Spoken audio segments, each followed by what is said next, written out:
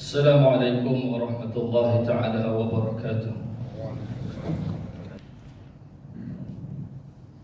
الحمد لله القائل: كتاب أنزلناه إليك مبارك ليدبرون آياته وليتذكر أولو الألباب. أشهد أن لا إله إلا الله وحده لا شريك له، وأشهد أن محمدًا عبده ورسوله. اللهم صل وسلم على سيدنا محمد وعلى آله وصحبه أجمعين.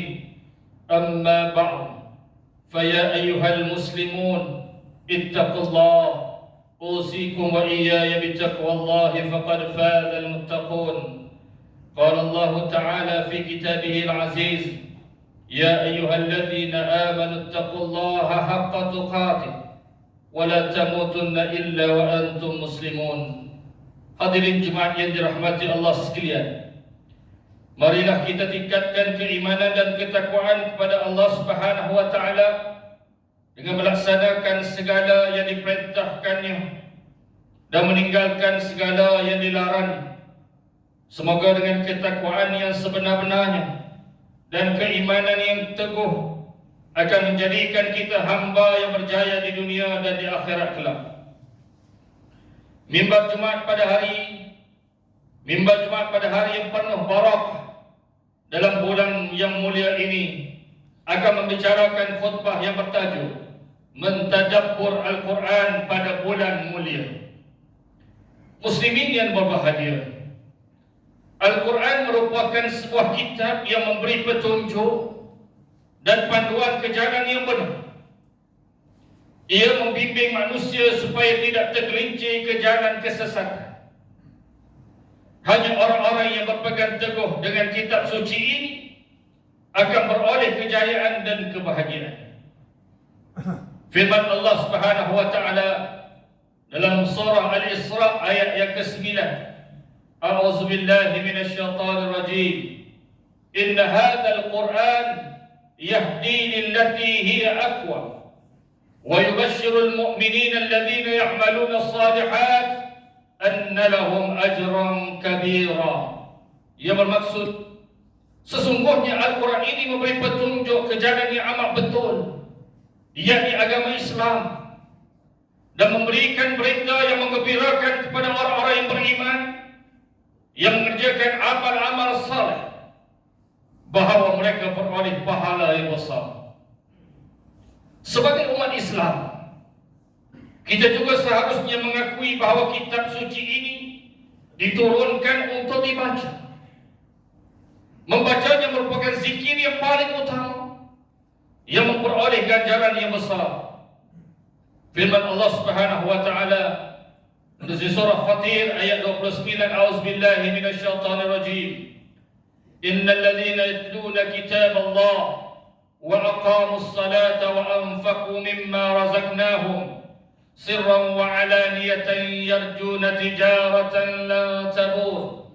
Yang bermaksud, sesungguhnya orang-orang yang selalu membaca kitab Allah dan tetap mendirikan sembahyang serta mendermakan dari apa yang kami kurniakan kepada mereka, secara bersembunyi atau secara terang-terang. Mereka dengan amalan yang demikian mengharapkan satu perniagaan yang tidak akan mengalami kerugian. Rasulullah sallallahu alaihi wasallam juga pernah memberi jaminan tentang ganjaran Allah Subhanahu wa taala buat pembaca Al-Quran, sebagaimana hadis daripada Abdullah bin Mas'ud radhiyallahu anhu, bahawa baginda Nabi sallallahu alaihi wasallam bersabda: "Man qara'a harfan min kitabillah falahu bihi hasanatun wal hasanatu bi 'ashri amsalha. La aqulu alif lam min harfun, walakin alif harfun wa lam harfun wa mim harfun." Ia bermaksud, sesiapa yang membaca satu huruf daripada kitab Allah, baginya satu kebajikan atau kebaikan, dan kebaikan itu digandakan dengan 10 kebaikan seperti, tidak aku berkata alif lam mim satu huruf, tetapi alif satu huruf, lam satu huruf dan mim satu huruf. Riwayat Tirmizi. Bagi mereka yang selalu membaca Al-Quran sehingga mahir membacanya, akan mendapat kelebihan di hari kiamat kelak. Namun, ganjaran tetap diberi untuk mereka yang masih belum mahir membacanya. Hadis daripada Aisyah radhiyallahu anha, Rasulullah sallallahu alaihi wasallam bersabda, "Al-mahiru bil Quran ma'as safaratil kiramil bararah."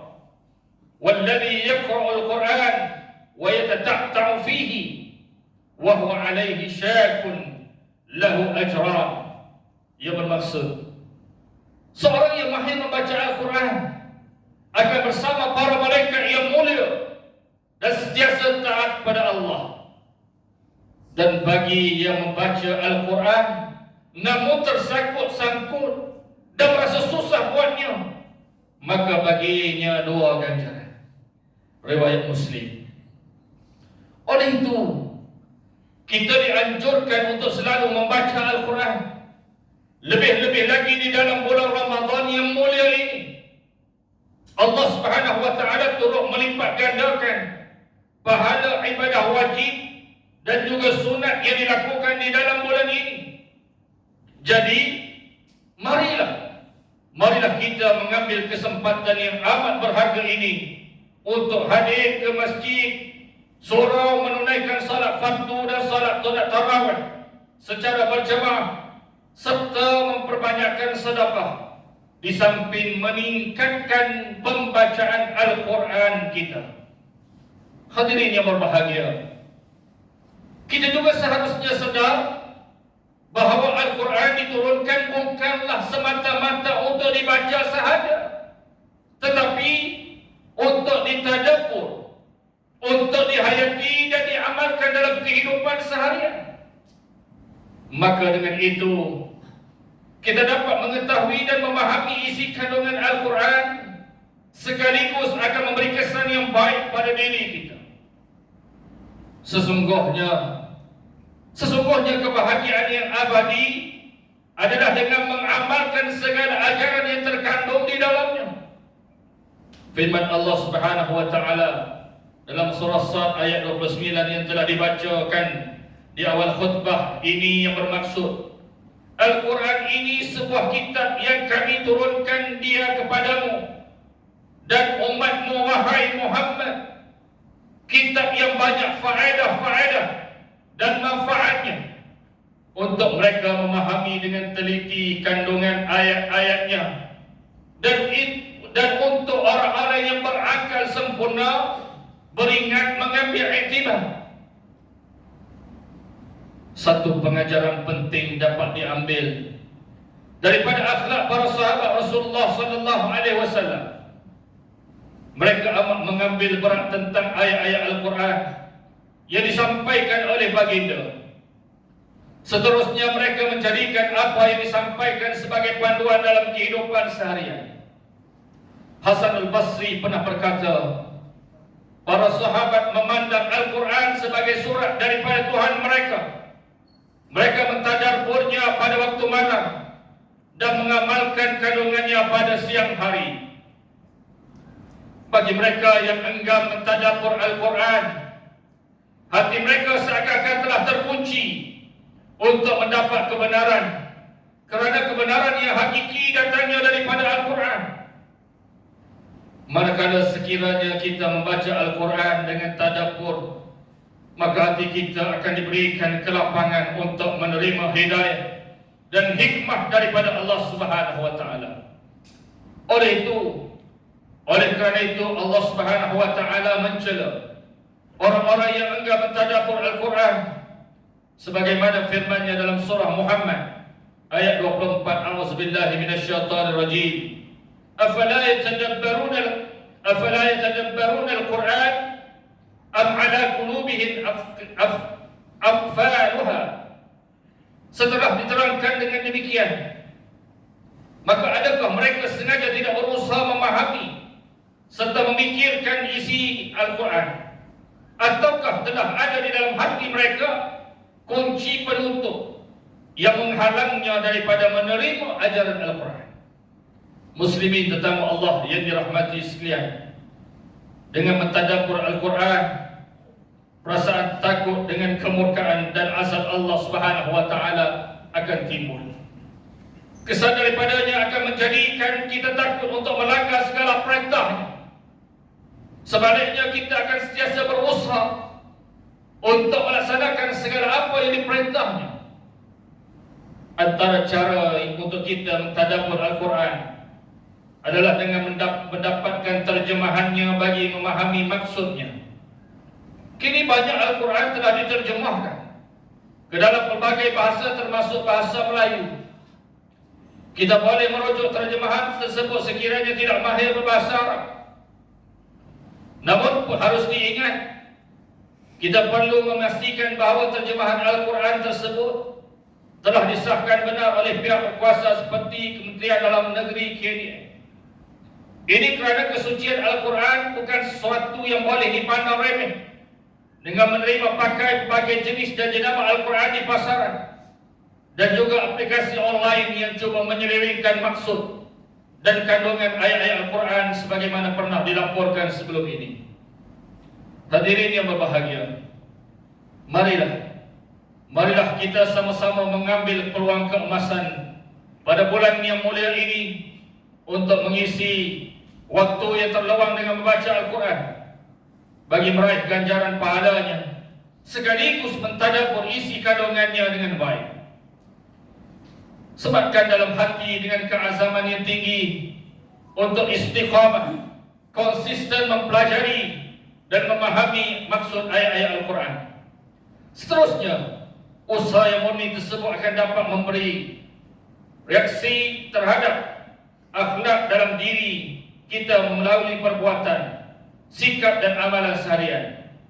Akhirnya akan melahirkan umat Islam yang unggul dan cemerlang kesan daripada tadabbur Al-Quran.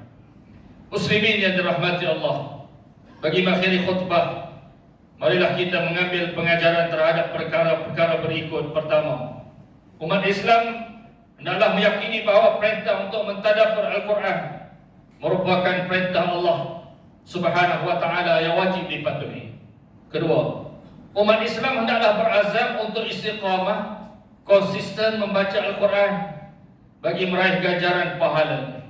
Ketiga, umat Islam hendaklah berusaha untuk mempelajari, memahami, menghayati dan mengamalkan isi kandungan Al-Quran dalam kehidupan seharian. A'udzubillahi minasyaitonir rajim. Afala yatadabbaruna al-Quran walau kana min 'indi ghairillah lawajadu fi ikhtilafan katsira. Patutkah mereka yang bersikap demikian tidak mahu memikirkan isi Al-Quran? Kalaulah Al-Quran itu datangnya bukan dari sisi Allah, nescaya mereka akan dapati perselisihan yang banyak di dalamnya. An-Nisa ayat 82. Barakallahu li wa lakum bil Qur'anil azim wa nafa'ani wa iyyakum bima fihi min al-ayati waz zikril hakim wa taqabbala minni wa minkum tilawatahu innahu huwas sami'ul 'alim. Aqulu qawli hadha wa astaghfirullahal azim li wa lakum ولسائر المسلمين والمسلمات فاستغفروه إنه هو الغفور الرحيم.